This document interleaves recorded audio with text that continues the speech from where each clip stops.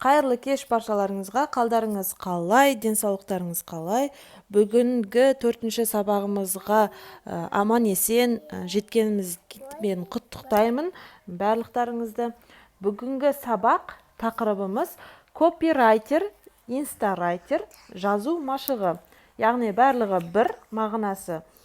Тек копирайтер мен инстарайтерді бөлек-бөлек ажыратып аламыз, қайсы екені. Енді біз копирайтер деген не екенін айтып берейін. Копирайтер деген ағылшын тілінен алынған копи және де райтинг деген сөзден шыққан. Яғни мәтін, жазамын деген, жазу деген екі сөзден шыққан. Яғни мәтінді жазатын адамдар копирайтер деп аталады. Енді копирайтер деп айтардың алдында копирайтер мен жазушының екеуінің айырмашылығын біліп алайық. Яғни жазамын деп айтып отқаннан кейін мәтін жазатын адам жазушылар да болады және де копирайтер. Жазушының копирайтерден айырмашылығы бұл көркем шығармаларды жазатын адамдар, мысалға олардың жазуы өте керемет, тіл байлықтарын қосып, әртүрлі керемет сөздермен адамдарға жеткізуі әртүрлі болатын. Бұл жазушылардың қолынан келетін нәрсе, яғни ол бүкіл барлық адамдардың бір тәрбие жөнінде болсын, немесе бір ой саларлық, мағынасы керемет, көркем шығармаларды жазатындар, бұлар жазушылар. Жазушылардың тағы да ерекшелігі бұл ауқымды нысандағы аудиториясы болады. Яғни ол үлкен кісі болуы мүмкін, кішкентай бала болуы мүмкін, немесе ерлер, әйелдер деген сияқты. Оның нысандағы аудиториясы өте көп, яғни барлық адамдар оқи алатын өлеңдер шығару мүмкін, немесе поэзия жазу мүмкін деген сияқты әртүрлі болады. Және де формасы маңызды. Ол қандай формада жазады? Мүмкін ол кісі жаңағы айтып отқанымыздай бір мұғалімге немесе белгілі бір салаға жазған сияқты болуы мүмкін. Сол сияқты өте тіл байлығы әртүрлі, өзінің осы уақытқа дейін оқыған, түйген бір тәжірибесіне байланысты, немесе белгілі бір жерден алынған, үйренген сөздеріне байланысты әртүрлі машықтағы керемет өлеңдерді, формасы әртүрлі, мысалға бағанағы поэзия немесе өлең жолдары, 4 жолдық өлеңдер деген сияқты әртүрлі формада өздерінің белгілеген, өзі ғана қандай нәрсені жазғысы келеді, соған байланысты жазып отырады. Және де мақсаты басқа. Жазушылар қандай мақсатта болады? Ол кісілер елге танымал, өзінің тума берілген қасиетін сыртқа, өзінің әлеміне шығару, сол арқылы бір белгілі бір ортаға тәрбие беру, сол өлең арқылы атағын шығару деген сияқты. Жазушылардың өзінің мақсаттары әртүрлі, мақсаты басқа болады. Ал копирайтерге келетін болсақ, копирайтер бұл белгілі бір мәтін, мысалы мәтін көмегімен міндеттерді атқарады. Яғни мысал ретінде алатын болсақ, бір мәтінді жазған кезінде, бір тақырыпты жазған кезінде, сол басқа бір мәтіндерді, әртүрлі зерттеуіндегі тақырыптарды ала отыра, сол тақырыпқа сай публикациялар, бірдеңелерді ала отыра, соның көмегімен өзінің қажетті ойын жеткізе білуі, және нақты белгілі бір нысандағы аудиториясы болады. Яғни, мысалға алатын болсақ, ана мен баланы жазатын адамдар, ана мен баланың денсаулығын жазатын адамдар тек қана басынан көбінесе оның тақырыбы кімге қызық болады? Яғни аналарға қызық болады, әйел адамдарына қызық болады. Сондықтан оның нысандағы аудиториясы әйел кісі болады. Немесе бағанағы белгілі бір денсаулық саласындағы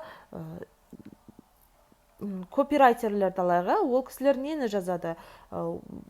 Тек осындай бір белгілі бір ауруға байланысты, ол кісілердің өзінің денсаулық саласындағы адамдардың белгілі бір жастары болуы мүмкін. Мысалға, бағанағы 40 жас пен 60 жастағы әйел адамдарды қарайтын адам болуы мүмкін, немесе белгілі бір узкий специалист алатын болсақ та, ол кісі белгілі бір адамды, жастағы адамдарды алуы мүмкін. Сол жастағы адамдарға ғана қажет нәрсені жазады, копирайтер. Яғни бұл өзінің мәтінін оқитын әртүрлі деңгейге байланысты аудиториясы болады деген, және де оның негізгі басты нәрсесі бұл мазмұны. Копирайтерлердің жазған кезінде олар тек қана бетіп ала салып, бірдеңен жаза салып деген нәрсе болмайды. Өйткені ол копирайтерді, жалпы копирайтер деген бұл осы мәтінді жазатын адам ғой. Ол копирайтер кәдімгі маман ретінде болады. Ол мамандар әртүрлі сала бойынша жұмыс жасайды, сол саласына байланысты өзінің мазмұны болады. Сол мазмұнға байланысты жазады. Және де олардың негізгі мақсаты сату болып табылады. Сол мәтін арқылы, өтімді жазу арқылы бір товарын немесе белгілі бір нәрсесін, қызметін сату. Яғни, бір тілмен айтқан кезінде, егер бір кісі жасауын сататын адам болатын болса, ол осы мені жазу арқылы, мәтінді жазу арқылы, сол жасауды жазу арқылы ол адамға, клиентке өтуінің негізгі бір мақсатын орындайды да. Ол қандай жасау, қандай болу керек, оның ерекшелігі қандай. Мысалға, ой, мынаны сатып алыңыздар, бізде жасауы бар, анау-мынау деген сияқты тексті жазбайды олар. Кәдімгідей белгілі оның басқалардан қандай ерекшелігі бар, қандай айырмашылығы бар, оны қандай матадан жазады деген сияқты барлығын белгілі бір сыйдырып, бір тақырыпқа сыйдырып, әдемілеп жазу бұл копирайтерлердің жұмысы болып табылады. Енді копирайтинг жайлы айтатын болсақ, копирайтинг бұл белгілі бір нақтылық болады оларда, және де мақсат болады, не үшін жазылып жатқанын, неге бұл тақырыпты жазып жатыр деген сияқты оның мақсаты болады, және де нәтижесі болады. Осы саудаға байланысты болсын, жалпы қандай салада болсын, оны жазып жатқан кезінде өзінің мақсаты және де сол арқылы жететін нәтижесі айқын болады. Енді копирайтингтердің түрлері мен міндеттеріне келейік. Жалпы қазір мен сіздерге копирайтинг жайлы қандай болатын және қысқаша түрде мәлімет берем, одан кейін ары қарата инстарайтингке келетін боламыз. Бұл копирайтингтің түрлері әртүрлі. Жарнамалық, нейминг, жарнамалық копирайтингтер бұл жарнаманы жазатын адамдар, әртүрлі билбордтар, мысалға визиткалар болады, көшеде ілініп тұратын жарнамалар болады, солардың барлығын осы жарнамалық копирайтерлер жазады. Мысал ретінде айтатын болсақ, радиода бір программа жүріп жатса, сол программада арасында жарнама болады. Теледидарда да білесіздер, сериалдардың арасында жарнама жазылады, болып жатады. Сол кезде белгілі бір минут беріледі, 15 секунд, 30 секунд деген сияқты. Сол уақытта бағанағы жіберген, мысалы, шампунь болсын, белгілі бір товарды 30 секундта сыйдырып, сол 30 секундқа барлық нәрсесін айтып, ол қандай болу керек, оның ерекшелігі қандай, адамды осыны сатып алатындай қылып жазып беретін адамдар жарнамалық копирайтерлер болады. Арнайы тек қана сол әр компанияның өзінің копирайтерлері сол жарнаманы жасап береді. Мысалға, бағанағы Wash and Go деген сияқты шампунь болсын, немесе әртүрлі товарларды осы сериалдың арасында кіргізіп жатады ғой, ой, мына шоколадты алыңыздар деген сияқты. Егер де ол кісілер жай ғана ой деп, мысалы, мына шоколадты алыңыздар, өте дәмді екен деп қоятын болса, ол адамға қызық болмайды. Сондықтан олар өздерінің әр копирайтердің мықтылығына байланысты өте керемет жарнамалар жасайды. Және екіншісі нейминг. Бұл әртүрлі, қалай айтуға болады, атауы компанияның атауы болсын, логотиптері болады ғой, мысалы өзі адамдар жеке бренд Сабыржан Айринді алатын болсақ, соның атауын, әртүрлі саладағы атауын ойлап табатындар, бұлар нейминг копирайтер болады. Яғни ол кәдімгі жеке өзінің бір адам нейминг копирайтері бола алады. Тек қана әр компанияға қызмет жасайды, сол компанияның атауын, немесе бағанағы бір ручка болса да, ол ручканың атауын ойластырып беретін бұл нейминг копирайтерлер. Үшіншісі бұл SEO және веб копирайтингтер. Өздеріңіз білетін шығарсыздар. Мысалға, Google-ға жазған кезінде, мысал ретінде алайық, бір кісіге сіз сыйлық жасағыңыз келеді дағыны, қалай айтуға болады, қыз балалаға сыйлық жасағысы келіп отыр, басы қатып отырады да, мен не сыйласам болады дейді да, интернетке жүгінеді. Сөйтіп мысалға қыз балаларға арналған сыйлықтар деген сияқты жазулар жазады. Сол кезінде бірінші қатарларда, бір 5 қатарда өңкей сыйлықтар деген жазуы бар, текстар немесе мәтіндер, әртүрлі сайттар, бірдеңелер шығады. Соны ашып қараған кезінде ішінде мысалы белгілі бір жерінде сыйлықтар деген сөзі бар, мәтіндердің бәрі жоғары жаққа шығуын қамтамасыз ететіндер осы веб SEO копирайтингтер. Яғни ең интернет саласында, осы интернетте ең жоғары қарата шығуды қамтамасыз ететін копирайтерлердің, осы веб SEO копирайтерлердің арқасында. Одан кейінгісі рерайтинг. Бұл ре дегенді білесіздер, қайта жазу дегенді біледі, қайтадан жазу деген сияқты. Рерайтингтер ол белгілі бір сөзді қайтадан жазу. Ол мысалы ретінде алатын болсақ, елбасымыздың айтқан бір сөзін, мысалға оның қаулысы болсын, белгілі бір заңы болсын, соны өзінің сөзімен авторлық неге нұқсан келтірмей жазуды бұл рерайтинг деп атайды. Одан кейін имидждік email копирайтинг деген бар. Имидждік дегенге көбінесе біз телевизорден көріп жатамыз, Теле2 болсын, белгілі бір компаниялардың имиджін білдіретін неше түрлі жарнамаларды осы имидждік копирайтерлер жасайды. Одан кейін email копирайтинг дегеніміз бұл пошталарыңызға белгілі бір мысалға Шоколайф, тағы да не бар, Avon, тағы да неше түрлі бір нелер бар болады ғой, интернет дүкендер немесе интернеттенгі бір бағанағы Avon деген сияқты компаниялар болсын, солардан сізге сообщение келіп тұрады, автоматты түрде.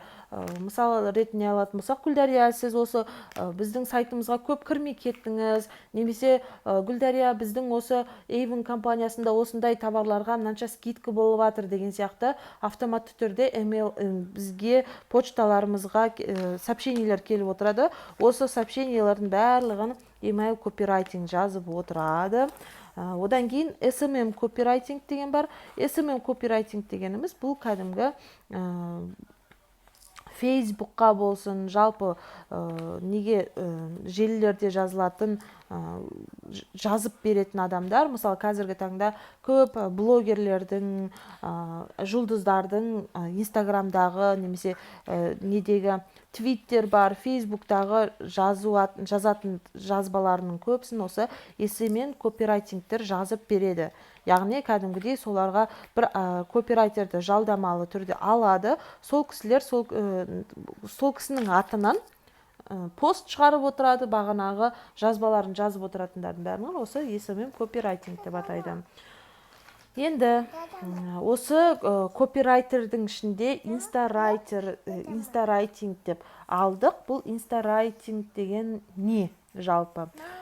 Инстарайтинг деген именно осы Инстаграмға жазатын мәтінді жазуды, Инстаграмда пайдаланатын мәтінді жазуды инстарайтинг деп атайды.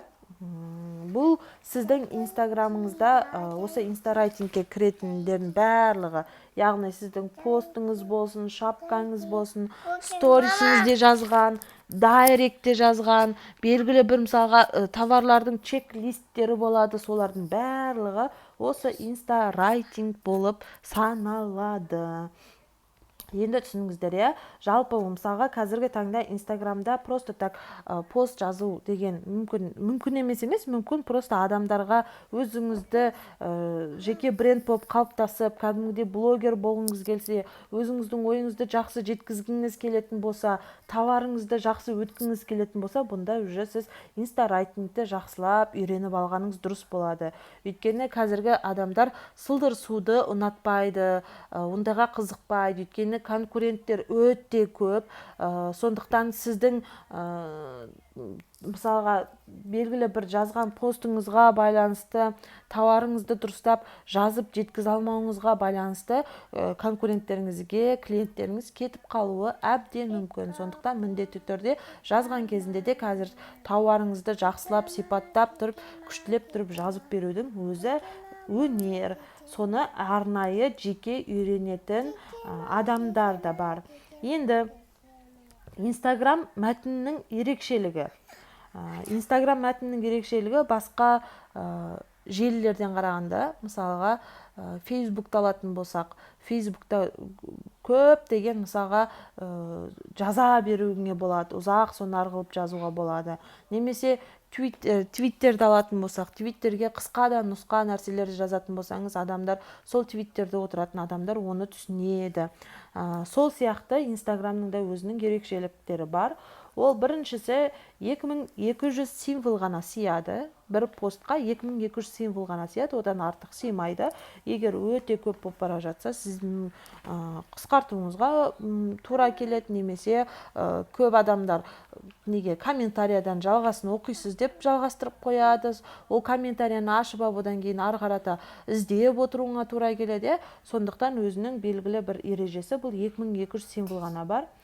Және де эмоджи, яғни сіз именно осы желілердің ішінде, инстаграм желісінде отыратын адамдар эмоцияны қатты қалайтын, және де эмоция үшін келетін адамдар. Сондықтан эмоция сыйлауыңыз керек. Сіз осы инстаграмға мәтін жазған кезінде ол әртүрлі болуы мүмкін. Ол мүмкін кейбір кезінде адамның жанына тиетін болуы мүмкін, көңіл күйін түсіретін, немесе көңіл күйін өте керемет қылатын деген сияқты эмоцияларды неғылатын, және де әртүрлі соған қатысты эмоджиларды да қолдана аласыз осы инстаграмда.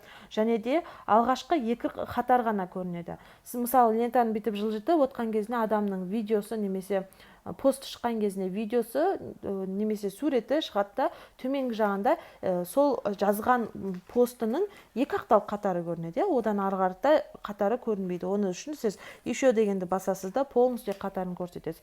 Яғни алғашқы екі қатар ғана көрінеді. Және де сіз сіздің постыңызды ары қарата оқуы үшін, ешені басу үшін сол сіз екі қатарда адамға интрига беруіңіз керек, назар аудартуыңыз керек. Одан кейін уже сіз сол кезінде назар аударта алатын болсаңыз, екі қатарда уже ары қарата постыңызды оқиды. Егер ол жерде сізде назар аударатындай нәрсе болмайтын болса, сіздің постыңызды жай ғана жүргізіп өтіп кетуі мүмкін. Соны ескеру керек. Одан кейін автордың образы. Яғни сол инстаграмда жазып жатқан әркім автор болып табылады. Мысалы, мен өзімнің инстаграмда өзім жазып отырмын, яғни мен осы аккаунттың, ерекше келіншектің авторы болып табыламын. Соның образы әртүрлі болады. Мысалы, бағанағы кейбір адамдардікі өте серьезный тақырыптарға байланысты жазатын, серьезный образ деген сияқты, немесе көңіл күйді көтеретін образ деген сияқты автордың образы болады әртүрлі. Және де баяндаудың еркін формасы. Өзіңіз білесіз, қалай баяндағыңыз келеді, оны бағанағыдай қалжыңға итермелеп баяндайсыз ба деген сияқты әртүрлі еркін формада баяндай аласыз. Одан кейін Википедия немесе белгілі бір біреуден көшіріп алған, болмай қалған сылдыр су әңгімелер бұл инстаграмда өкінішке өтпейді. Бұл инстаграмға жазған кезінде кәдімгідей адамға пайда әкелетіндей, бірінші сабақтан бастап айтып келе жатырмын, адамға пайда әкелетін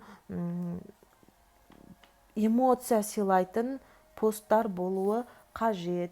Википедиядан көп бір парақшаларды көретін болсаңыздар, Википедиядан алып қоя салатындар болады, немесе біреудікін алып қоя салатын деген сияқты болмайтын бір әңгімелер айтатын сияқты болады. Олардың барлығы қажеті жоқ. Енді қазір инстарайтингтің өзінің ерекшеліктерін оқи тұра ойланып отқан боларсыздар. Ойбай, мен не жазамын, пост жазған кезінде кәдімгідей қиын болатын болды деген сияқты ойларым келіп жатуы мүмкін. Бірақ ешқандай қиындығы жоқ. Не жазамын деп қиналудың қажет жоқ, өйткені барлық нәрсе бұл аспаннан білет түспейді, барлығын біліп жаймен үйренетін болады. Мысалы, менің де өзімнің көп именно осы инстарайтингке келген кезінде көп менің қателіктерім бар. Мен өткенде де айтып кеткенімдей, копирайтерге өте көп курстарына өте көп қатысамын. Өйткені көп керек емес сөздер, мысалға ұзақ қып жіберетін сөздер деген сияқтыларды көп қолданамын. Сол жағынан мен өзімді түзетудемін. Яғни не жазамын деп қорықпаңыздар. Жазуды үйренудің жалғыз ғана жолы бұл жазу. Яғни жаза беріңіз. Сонымен уже кәдімгідей машықтанып, өзіңіздің тәжірибеңізді жинау арқылы жазуды үйренесіздер. Бірақ бір нәрсені ұстану қажет. Яғни инстада жазған кезінде барлық мәтін нишадан ауытқымау керек. Яғни, мысалы, сіз тюрбандар жайлы тюрбандар туралы жазып келе жатып, аяқ астынан сіз фудблогердің әңгімесін жазып кетпейсіз. Немесе қалай айтуға болады, осындай SMM мамандығын жазып келе жатып, аяқ астынан бағанағы тюрбанды жазып кетесіз деген сияқты болмайды. Барлығы өзіңіздің нишаңызға байланысты болу керек. И әртүрлі айналадағы әртүрлі тақырыптарды, бөтен тақырып болсын, немесе бір трендта жүрген тақырыптар болсын, соның барлығын өзіңіздің нишаңызға жинастырып, соған сәйкес келтіріп жазуыңызға да болады. Осы ең көп инстаграмда негізі жалпы осы курсқа келетін адамдар, менің марафоныма қатысатындар бар, басқа да марафонға қатысатын адамдар. Жалпы өзімнің марафонымды айтатын болсам, марафонға келген адамдардың көпсінің проблемасы пост жазу, сторизге шығу деген сияқты өзінің проблемалары бар. Постқа не жазамын деп қиналатын адамдар бар, яғни қорқыныштар бар, иә. Адамдар неден қорқады осы инстаграмға жалпы шығудан неден қорқады? Ең бірінші бұл ақмақ болып көрінуден қорқады. Өткенде айтып кеткеніміздей, көп адам өзінің жақсы бір ойын, белгілі бір білетін нәрсесін бөлісу үшін бөлісер кезінде қорқады.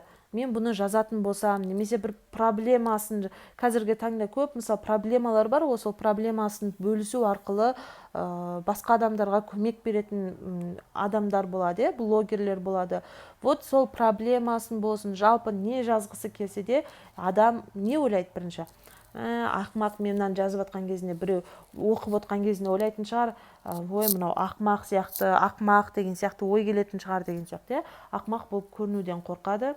Ұят болады дейді, белгілі бір тақырыпты немесе өзінің депрессияға түскен кезінде одан қайтып шыққанын, бір проблемасын жазған кезінде, ойбай, мынаны оққан кезінде Гүлдария мысалға депрессияда жүр екен, немесе депрессиядан осылай шыққан екен деген сияқты белгілі бір ұяттар болады деген сияқты. Туыстар не дейді деген ой, бұл енді туыстар не дейді деген барлық адамның, барлық қазақтардың, Қазақстанда тұратын адамдардың миында бар нәрсе шығар. Ол тек қана бұл инстаграмға қатысты емес, өмірімізде қандай нәрсені болсын өзгерту үшін, немесе белгілі бір нәрсені өзіміздің сүйікті бірдеңемізді істеу үшін, ол жат нәрсе болатын болса, ең бірінші нәрсе бұл ұят болады, және туыстар не дейді деген әңгіме. Көп барлық жерде бар, және де инстаграмда бұл өте жиі кездесетін нәрсе. мазақ болсамшы деп ойлайды, негатив критикадан қорқады, белгілі бір нәрсені жазып жатқан кезінде оқырмандарға ұнамай қала ма, негатив пікір қала ма деген сияқты ойлар болады. Көптің назарынан қорқады, көп деген мысалға өздерінің ішінде тұнып жатқан өнер бар адамдар мысалы соны шығарудан қорқады, көпке шығарудан қорқады, сторизге түсуден қорқады мысалы, көптің назарынан көпке шығып өзін көрсетуге қорқады деген сияқты. Бұл мәтінге де қатысты. Көптің назарынан қорқады және қызықсыз болудан қорқады. Менің жазып жатқан нәрсем қызықсыз болып қала ма, ол ешкімге келмей ма, ешкімге қажеті жоқ болып қала ма, ол оқылмай қалады ма деген сияқты қорқыныштар да болады. Бірақ ондай қорқыныштардың барлығын тыйып тастау керек. Өйткені неге? Қызықсыз болудан қорқпау керек және де оқылмай қалудан да қорқпау керек. Өйткені әр адамның өзінің жеке аудиториясы болады. Сізді жақсы көретін аудитория болады. Вот именно сіздің қалай жазғаныңызды жақсы көретін аудитория болады. Жалпы сіз өзіңіз оған пайда келіп, шынайы болатын болсаңыз, сіздің өзіңіздің жеке аудиторияңыз болады. Сол жеке аудиторияңызға сіз жеке бренд болып саналасыз. Сондықтан ондай ешқандай қорқыныштың барлығын тыйып тастау керек. Және де белгілі бір саланы алып шыққан кезінде, нишасында жұмыс жасар кезінде ең бірінші адам нені ойлайды? Бәрі кеш деп ойлайды. Ой, мен бұны кеш, уже керек емес, өтіп кетті деген сияқты өзінің ойлары болады. Бұл ойдың барлығын жеңіп шығудың бір ғана жолы осы именно инстарайтингте бұл жазу. Жаза беріңіздер, жаза беріңіздер, жаза беріңіздер, ойланбаңыздар, ойларыңызда не бар, соның бәрін қағазға немесе белгілі бір заметке болсын, журнал болсын, барлығына түсіру арқылы, оны инстаграмға салу арқылы сіз түзелетін боласыз. Енді жалпы инстаграмда белгілі бір тақырыпты болсын, нишаңызға қатысты белгілі бір тақырыптар болсын, жазбаңыз, мәтініңіз болсын, бұның барлығын ең алдында жазбай тұрып, оны саралап, анализ жасау керек. Яғни бұл тақырыпты сізге дейін кім жазды, соны білуіңіз қажет. Және де осы тақырып бойынша ақпарат іздестіруіңіз керек. Бәсекелестеріңізге мониторинг жасауыңыз керек, яғни бәсекелестеріңізді қарап шығуыңыз керек. Ол кісі ол тақырыпты қалай жазды, мысалға жаңағы баланың үстіне шығатын тікенек жайлы болатын болса, ол тікенек туралы басқа адамдар, басқа кісілер не деп жазды екен деген сияқты барлығына бәсекелестерді мониторинг жасап шығу керек, стратегияларды қолдану керек. Бірнеше жердегі ақпараттарды қарастырып, соны бір мәтінге, бір тақырыпқа, бір постқа біріктіру арқылы жасауға болады. Википедиядан алып, сол тақырыпқа байланысты ақпаратты, жаңағы бәсекелестеріңізден алып, тағы да бір журналдан, бір сайттан деген сияқты сондайларды алып, мәтінге ұйқастырып, келтіріп, біріктіріп жазуға болады. Нақты бір тақырыпта алып, соны бүге шігесіне дейін талқылап шығу керек. Мысал ретінде алатын болсақ, мысал ретінде бағанағы тюрбанды алатын болсақ, сол тюрбан туралы басқа нәрсеге ауытқып кетпей, сол тюрбан жайлы бүкіл нәрсесін, ол тюрбанның белгілі тюрбан болған кезінде жалпы бір тюрбан емес, соның ішінде мысалға велюрдан жасалынған тюрбан болады, мысалға жібектен жасалынған деген сияқты. Сондай тюрбанды алып, сол тюрбанның қандай мата, оны қалай жасалынды, белгілі бір жеріндегі оюы немесе бір әдемілеп жасалынған узорлары, брошкасы деген сияқты барлығын бүге шүгесіне дейін талқылау арқылы жазасыз тақырыпты. Және де өз позицияңызды қосу, яғни тек қана әртүрлі жерден алынған ақпараттарға ғана қалмай, сонымен қатар позицияңызды, өзіңіздің позицияңызды қосу арқылы жазасыз. Енді бұл нәрселердің барлығын қалай жазамын деп ойлайсыздар, және де тәжірибе болмағандықтан оны қалай жазамын, бас қатыру болады. Сондықтан ең негізгісі бұл тәжірибе бойынша жаттығу қажет. Тренажер сияқты ғой, бұл да жаттығу қажет. Ең бірінші ол үшін сіз пост туралы 3-4 сөзбен мазмұнын жазасыз. Бағанағы тюрбан жайлы болатын болса, соның мазмұнын 3-4 сөзбен ғана жазып шығасыз. Одан кейін осы 3-4 сөзді 3-4 сөйлемге көбейтесіз. Сол 3-4 сөйлемді одан кейін абзацтарға ұлғайтасыз. Яғни басында ол сөздер ғана болды. Одан кейін оны сөйлемге апардыңыз. Сол 3-4 сөздің алып 3-4 сөйлем қылдыңыз. Сол 3-4 сөйлеміңіз уже сіздің 3-4 абзац болды деген сияқты. Және де 2200 символға сыйдыруға тырысуыңыз қажет. Өйткені өте көп ұзақ қылып жазып жіберсеңіз де адам не болып кетеді, андай жалығып кетеді, до конца оқығысы келмейтін адамдар бар. Қысқа және өте қысқа емес, енді осы 2200-ге сиятындай жақсы бір мәтін жазуыңызға болады, тақырыпты. Және егер болмай бара жатса, уже сіз бағанағы 2200 символға сыймай бара жатқан жағдайда ғана карусельге салуға болады. Карусель дегенімізді білетін шығарсыздар. Жазған нәрсеңізді меткеге, бірдеңеге соны скрин жасап, фотодан кейін тұратын карусель бар ғой, соған салып қою. Жалғасын карусельден оқисыздар деп көп адамнан көрдіңіздер деп ойлаймын. Солай жазған дұрыс. Өйткені көп кісілер комментарияға жазып қояды, мысалға жалғасын стрелка қояды да, жалғасын комментариядан оқисыздар деп. И ол уже комментария көбейген сайын оның ішінен сіздің именно жалғасын, мәтініңіздің жалғасын табу өте қиын болып кетеді. Одан кейін ары қарата мүмкін оқымау да мүмкін. Сондықтан карусельге салған өте тиімді болып табылады.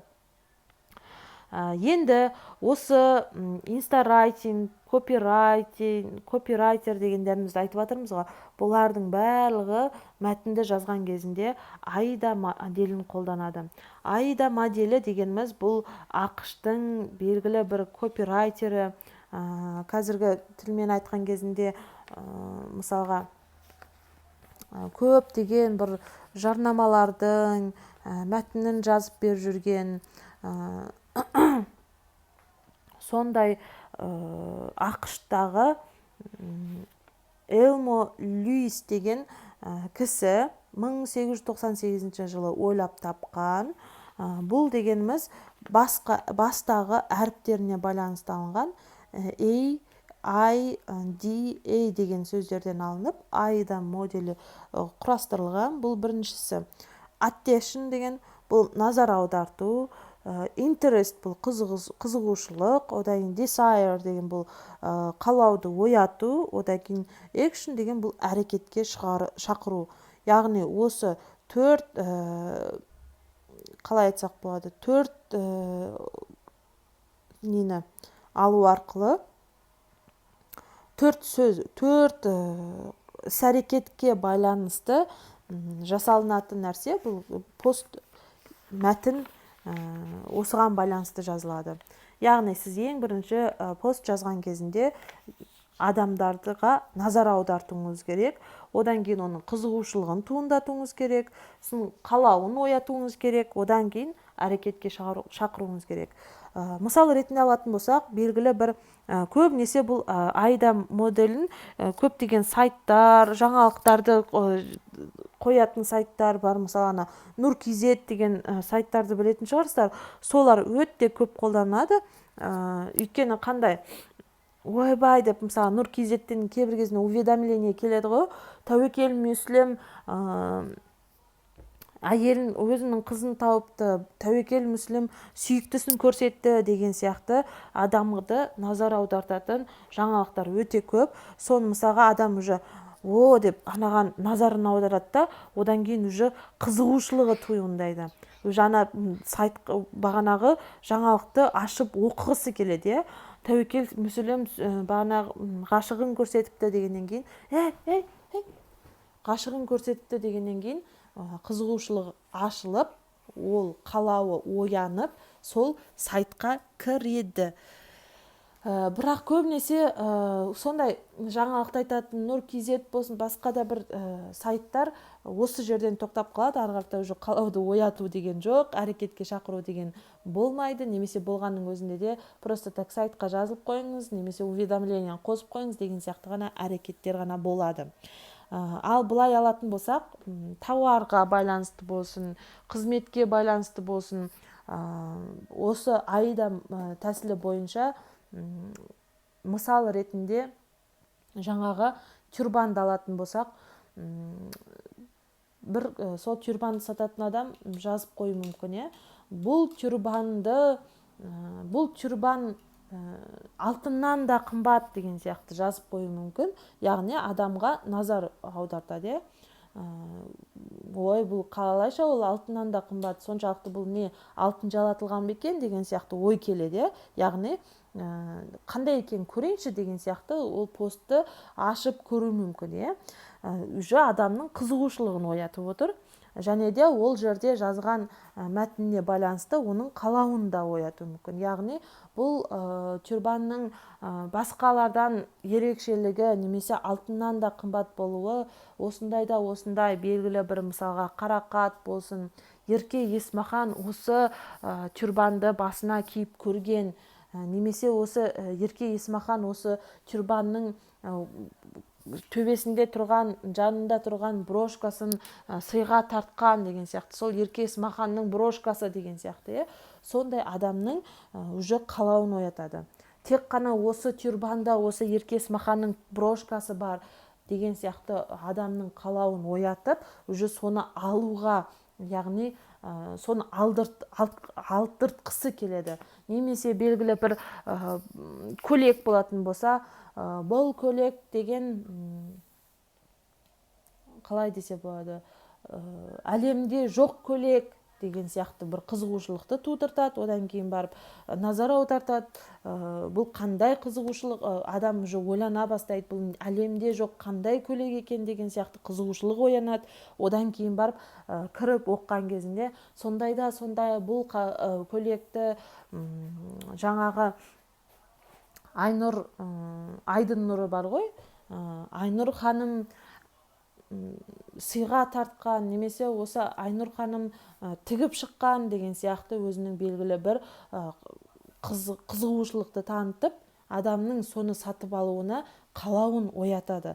Одан кейін барып, егер де осы көйлекті сатып алғыларыңыз келетін болса, немесе басқалардан бұрын кетіп қалмай тұрғанда алғыларыңыз келетін болса, осы адреске келіңіздер, немесе осы интернет магазиннен таба аласыздар, немесе дәл қазір жарты сағаттың ішінде алып үлгерулеріңіз керек, ол үшін мына нөмірге звондаңыздар деген сияқты уже әрекеттерге шақыратын болады. Жалпы айда тәсілін түсінген боларсыздар. Қалай екен, бұнымен біраз тәжірибе жүзінде жұмыс жасау арқылы сіз айда тәсілін уже жақсы үйреніп жаттап алатын болсаңыздар, бұл сіздердің каждый посттарыңызда осы айда тәсілі арқылы жасайтын болсаңыздар, алдағы уақытта мәтіндеріңіз өте керемет шығады.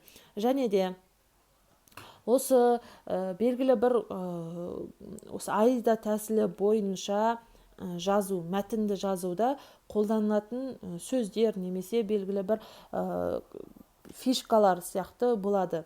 Мысалға, көбінесе осының ішінде осы 8 сөз ең ауқымды және де өтімді болып табылады. Ол қалай?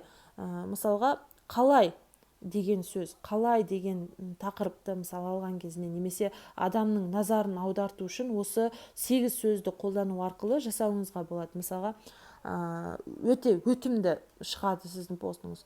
Қалай арықтауды үйретемін деген сияқты, мысалға, мен қалай осы нәтижеге жеттім, қалай Дубайға бардым, мен қалай 200 000 теңге таптым деген сияқты, немесе арықтаудың 5 құпиясы, лағманның дәмді шығуының 3 ингредиенті деген сияқты, негізгі әжім түспеудің 5 тал массаж түрі деген сияқты, құпиялары 5 құпиясы деген сияқты. Немесе ал сіз осыны істеп көрдіңіз бе? Немесе ал сіз осы нәтижеге жетесіз бе? Ал сіз қалай ойлайсыз деген сияқты сөздер және де цифрлар. Яғни 25 күнде 25 килограмм салмақ тастау, 25 қызметтің ерекшелігі, 30 ереже, өміріңіздің керемет өзгеруінің 30 ережесі деген сияқты цифрлар қолдану арқылы, және де нәтижеге уәде. Бұл белгілі бір, мысалға, бағанағы салмақ тастау болатын болса, 30 күнде сіз мынандай нәтижеге жетесіз, нақты бір нәтижесі бар, нәтижеге уәде беру. Мысалға, бір айда 10 килограмм салмақ тастайсыз, бір айда мен сізді осындай нәтижеге жеткіземін деген сияқты тақырыптар болады. Интригалар, белгілі бір адамды қызықтыратын, интрига беретін тақырыптар, мысалға, сенсация, жаңалық, ол мысалға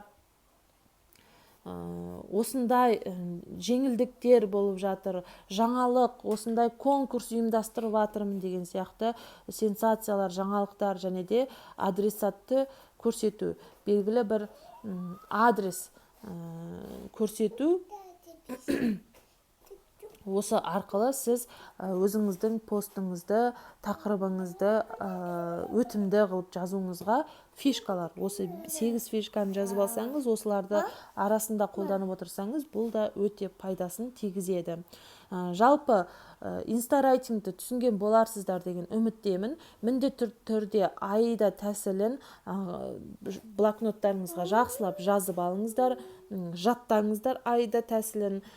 Сол арқылы бірнеше өздеріңіз тақырып бойынша мәтін жазып үйреніңіздер. Айда тәсілінен басқа да тәсілдермен жазуға болады, бірақ негізгі ең өтімдісі осы айда тәсілі. Үйреніп алсаңыздар, өздеріңізге өте жақсы болады. Ол тәсіл, мысалға, өткенде айтқан неге де байланысты. Сатылым, посттар, мысалға, әртүрлі ақпараттық пост болсын, сатылым, ойын сауықтық пост болсын, барлығын осы айда тәсіл арқылы жазатын болсаңыз, өте күшті болып шығады. Мен сіздерге тағы да ақпарат беретін болам, мәтін түрінде, текст түріндегі ақпараттар берем осы айда тәсіліне байланысты. Соларды жақсылап үйреніп, блокноттарға жазып алуларыңызға болады. 4-ші күнгі сабақ осы. Енді сіздерге үй тапсырмасына осы айда тәсілін қолдану арқылы 3 бағыттағы 3 түрлі пост жазу, яғни ол біріншісі ақпараттық пост, екіншісі сатылым посты, үшіншісі жаңағы ойын сауықтық пост жазу сіздерге тапсырма болып беріледі. Ары қарата нақтылай жазып кететін боламын. Іске сәт барлықтарыңызға. Алда бұйыртса 5-ші сабағымызға дейін жақсы ниетпен, жақсы көңіл күймен аман есен жетуімізге тілектеспін.